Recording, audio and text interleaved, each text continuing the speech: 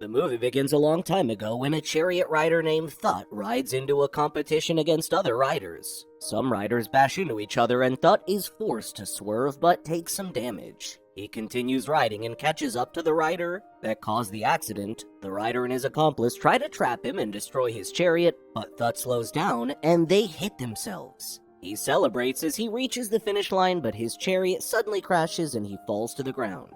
In the present day, Lord Sylvester Carnaby prepares to open an Egyptian tomb, but he gets interrupted by a call from his mother. He continues recording and enters the tomb, where he sees a coffin and opens it. The coffin is empty and the mummy he searched for is missing. He begins to translate the ancient writing, and it talks about a gateway to a different world. A beetle suddenly falls on the ground and crawls through a hole, and Carnaby says he has found something. The beetle makes its way to the world of the undead, where the mummies reside. Thut sits in a building and signs autographs for people. A woman asks why he hasn't gotten married, and he says he's uninterested. Later, Sekhem, Thut's younger brother, stares at a picture of Thut and asks him when he will continue racing. Thut gets scared as he stares at the wheels on the painting and says he's never going to race again. He goes to buy some food and sees that an old woman needs help crossing the road. He helps her cross and rushes to retrieve her bag, but almost gets hit by a chariot. A woman named Nefer rides the chariot and tells him to look before he crosses the road. The old woman's food gets crushed, and Thut gives her his own food. Nefer returns to the palace and tries to sneak in. She begins to sing as she sees that the palace is always the same, and Usi suddenly interrupts. Usi says that singing is for entertainers and reminds Nefer she is the princess. She then agrees not to tell her father, but the pharaoh emerges. They inform Nefer that the phoenix will help her select a husband, but she says she isn't ready to get married. The pharaoh informs her that it is her duty, and they proceed to the ceremony. The chief priest opens the stargate for the phoenix, and it flies around the city in search of Nefer's husband. Sekhem plays with his boomerang, but it bounces on several surfaces and knocks down the phoenix. The chief priest sees as the phoenix falls and says it has selected someone. The phoenix falls on Thut's house, and several guards emerge as he stares at his burnt picture. The guards take him to the palace as he wonders what is going on, and the chief priest informs him he will get married to Nefer in 7 days. Thut forms excuses not to get married, but the chief priest says they will cut off his tongue and cut out his eyes if he refuses. He gives Thut a ring and says he must protect it until the day of the wedding. Thut talks to Nefer and she tries to convince him to back out of the wedding. He realizes it's meant to be night, and Usi contacts an operator who controls the time of day. They put the sun down and turn the day to night. Thut gets annoyed and leaves, and Usi says she thinks he is nice. Thut means Sekhem and says he doesn't want to get married. He then says he'll have to protect the ring and takes it to a storage unit outside the city. Thut and Sekhem leave the building, but Carnaby uses a drone to enter the room. He gets distracted by a call from his mother and leaves Dennis and Danny to control the drone. They destroy several items in the room as they argue, but Carnaby returns and takes control. He takes the wedding ring and several other items and uses an explosive to make a large hole. Thut hears the explosion and rushes back to the building. He sees that it is destroyed and panics because he doesn't find the wedding ring. Thut says he'll have to go to the world of the living to retrieve it, and Sekhem decides to follow him.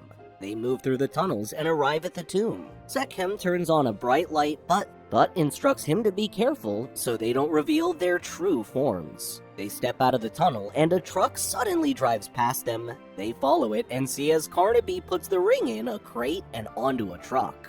Thut and Sekhem sneak to the truck but realize they are on the wrong truck. The trucks begin to move, and Thut and Sekhem hide in a crate as they arrive at a seaport. Their crate is loaded onto a ship, and they prepare to fight as a strange person walks into the room.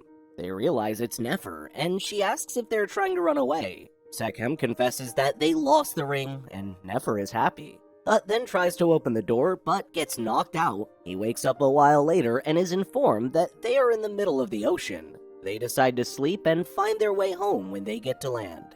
And Thut realizes Nefer snores while sleeping. The ship arrives at a port in England, and the trio is shocked by the structures. They think they are in Babylon, and they see Carnaby with the ring. They decide to follow him and sneak onto his car as he drives away. The trio arrives at the city and some tourists take photos of them. The flashing lights reveal their true forms and the tourists run in fear. They take the camera and enter a theater where a man thinks they are performers and instructs them to join the other dancers. The dancers get on the stage as some people sing and perform, and Nefer sees the ring on the male singer's hand. She interrupts their performance as she sings and says the ring belongs to her. Barnaby watches the performance and is shocked as he realizes that Nefer is a mummy. Nefer takes the ring and steals the show as she sings, and the audience gives her a standing ovation. The trio leaves the building, and Sekhem laughs as he says Thut likes Nefer. They decide to return to the realm of the dead, but don't know how to operate a car. A man named Ed sees them and tries to talk to Nefer. He says he loves her voice, but Thut tries to get him to leave. Barnaby emerges from the building, and Sekhem recognizes him from the dig site. Ed helps them escape and drives away, and he continues complimenting Nefer. Thut eventually asks him to stop the car, and they get down. He tries to prevent Ed from talking to Nefer, but Nefer insists, and Ed gives her his card. Nefer sits on some stairs, and she says she has always wanted to sing. Thut wishes the phoenix didn't choose him, and Sekhem confesses that he accidentally knocked the phoenix down, so it didn't choose him.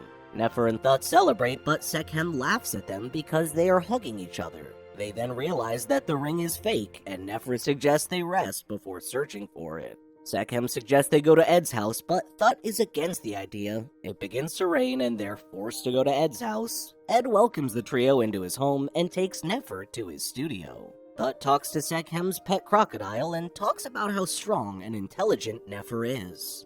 Barnaby talks to Dennis and Danny and says Nefer was wearing a symbol that's similar to the one on the ring. He then says the legend of the ring is true and says he must add her to his exhibition. Ed wakes Thut and the others up and says he wants to stream Nefer singing. He then suggests they get new clothes and gives them his card. The trio walks into the store and Sekhem plays a game while Thut and Nefer test several clothes. They finish shopping and return to Ed's house where he prepares to start streaming. Thut reminds her that they have to find the ring, but sees she loves singing and decides to support her in whatever she does. Nefer begins to sing and Ed broadcasts her singing. She quickly becomes popular and begins topping several charts. Thut talks to her on the balcony and she says her dreams are finally coming true. He says he's happy for her and she realizes he's sad. She then promises to help him find the ring, and he walks into the house. Nefer talks to Sekhem's crocodile, but suddenly gets knocked out with a tranquilizer. Sekhem and Thut notice something is wrong, and see as Nefer is put in a van. Thut tries to pursue the van, but trips as he reaches it. He suspects Ed of being an accomplice and says he will save Nefer alone. Nefer wakes up in a strange room and realizes she's chained to the ground. Barnaby emerges and she asks him to release her, but he refuses. He flashes a bright light at her and says she will be the center of his exhibition. She tells him that Thut will save her and he walks away. Thut arrives at the museum and walks in as Barnaby sees him through the surveillance cameras. Thut finds Nefer chained to the ground and tries to free her, but Barnaby emerges and tries to tap him into the cell. She tries to escape, but Barnaby tranquilizes them, and they pass out. Sekhem sits in the house, and his crocodile convinces Ed to help them save Thut and Nefer. They arrive at the museum, and Ed is unable to climb, so Sekhem goes in alone. He gets to the exhibit while blocking the cameras and breaks the glass. He sees that Nefer and Thut are acting funny, and he tries to escape with them. Barnaby scolds Dennis and Danny and rushes to the exhibit as they hear the glass shattering. They see that the mummies have escaped and move around in search of them. Thut and Nefer continue acting strange as they hide, and she kisses him.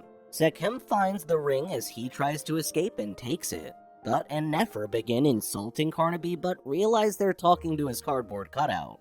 Ed emerges, but gets knocked out by a tranquilizer, and the trio carries him as they escape.